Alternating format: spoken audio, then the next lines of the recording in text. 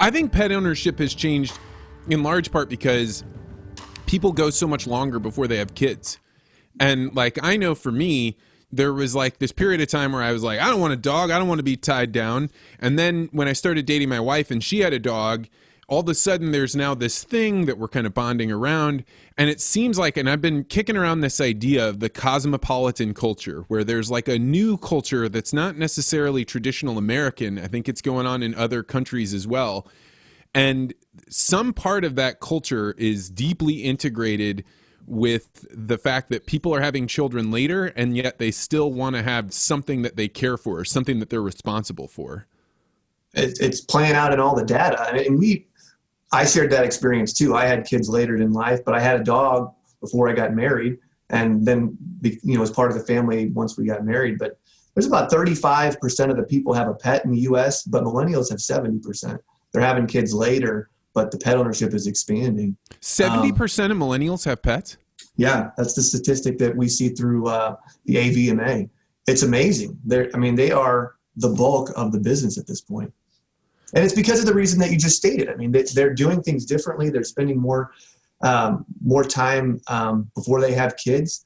In fact, when we look at areas where we're seeing growth and millennial job increase, one of the big prerequisites for people who are living in those apartments is that they allow for pets. So it's changing dynamics even in real estate to say we have to have that as part of our expectation that pet ownership is going to come with it. Oh, I remember pushing at Monsanto when I was working there that, it used to be that you needed to have a daycare. And I think a lot of places, if they really want to do work-life balance, they have a daycare. But the first Fortune 500 company that has doggy daycare will have people working so much later into the night because now you can know, hey, my pet's there. I can go pick it up and take it for a walk and then go back to work. They never took me up on it, but I would imagine some businesses probably are. It's a great idea. I mean, you could even expand that to just even, hey, one day a month, we're going to have people who have dogs come in and we'll groom and bathe your dog. And when you get out, you can pick them up and drive them home. I mean, that's a perk that I think people would say, sure, I'll participate in that. So yeah, companies are starting to have bring your dog to work days, and that's becoming normal. So it's bizarre, but it's undeniable how pets are starting to change just everyday life. Yeah, the bizarreness, like when you're standing on the outside, you're living in a small town or you're younger, it definitely seems bizarre. But then when you're in swimming in the pool, it makes total sense, right? Like for my wife and I, we consciously waited to have a child for a very long time.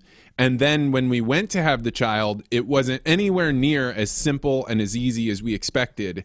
And so then that dog became something really important to us. And we actually had one dog die and we had another dog. And if we had not had those two dogs integrated into our lives, I think that the burden would have been much, much heavier to bear.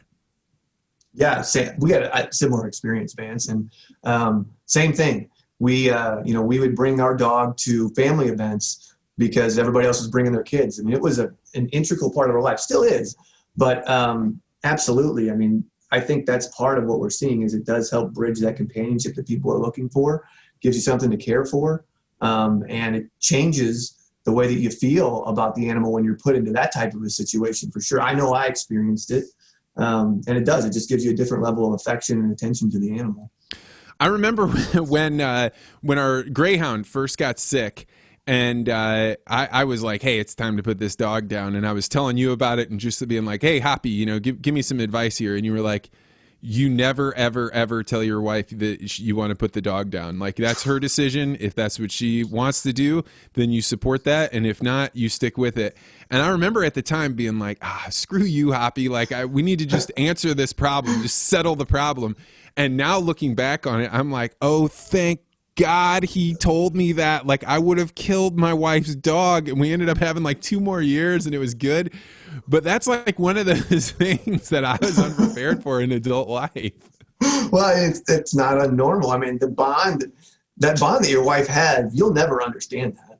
And just coming into it, I think you think you know, but what they've been through, you'll never know. And it's real. I mean, it is real. And it's a hard decision. I mean, we talk about that in our industry a lot. The fact that euthanasia is acceptable has created a whole new paradigm of veterinarian suicide, which is veterinarians are one of the highest groups in America that are subject to that. And I think a lot of it has to do with their constant interaction with that life and death decision of this thing is experiencing pain. I can end that pain. And it's a challenge, I think, for a lot of veterinarians to separate that from their home lives and their lives, to think about the pain that they experience and then separate from the work. It's a challenge. And euthanasia in animal health is something that I think is driving some of those statistics around the veterinary suicide for sure. Yeah, because our culture, I mean, like we decided, in humans, we keep them alive as long as we possibly can. And then the individual itself gets to decide, hey, no more care. But like when you're in the position that you're caring for that animal, it can't articulate what it's thinking or what it wants or how bad of pain it's in. So then you have this person that's doing it, but then they're not actually the one that's going to take the action. I mean, sure, they drive the dog to the clinic, but then they go to a vet and they say like, well, what do you think? Yeah. And then they're looking for that vet to give them some answer about a thing that has, some tie all the way down to their soul. And man, that would be such a burden to bear. No, it's challenging. And it's a subjective opinion on quality of life, right? I mean, they are just trying to balance to say, at what point is quality of life so bad that we should end it?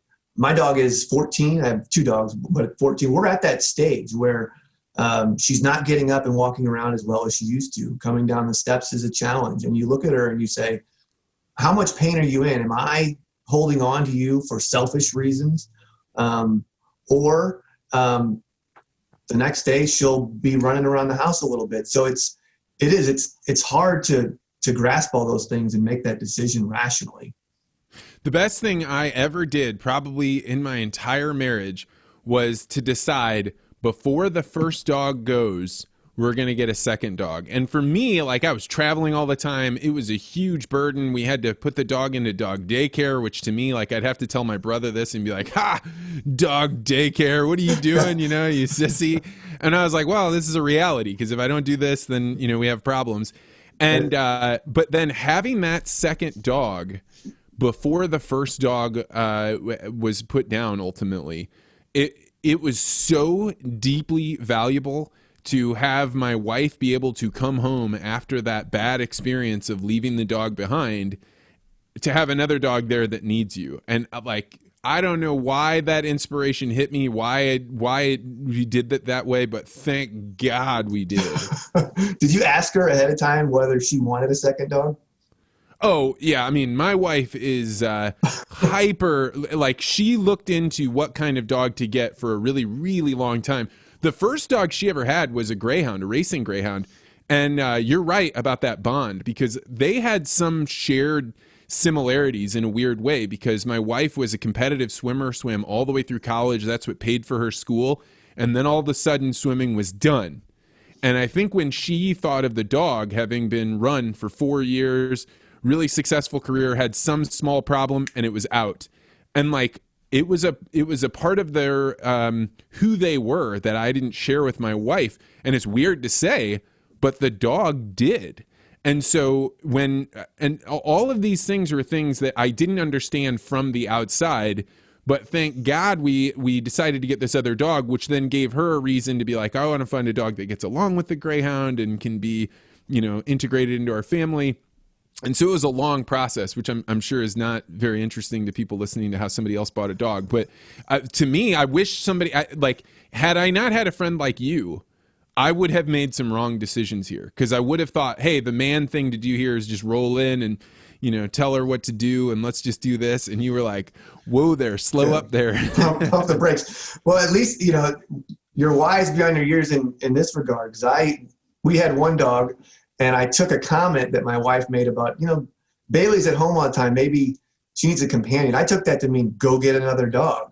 So for her birthday, I surprised her with a new dog, which was a shock to her. And we love the dog, but yeah, good advice to plan it out and make a mutual decision, because I just showed up one day with one and it didn't land like I thought it was going to land.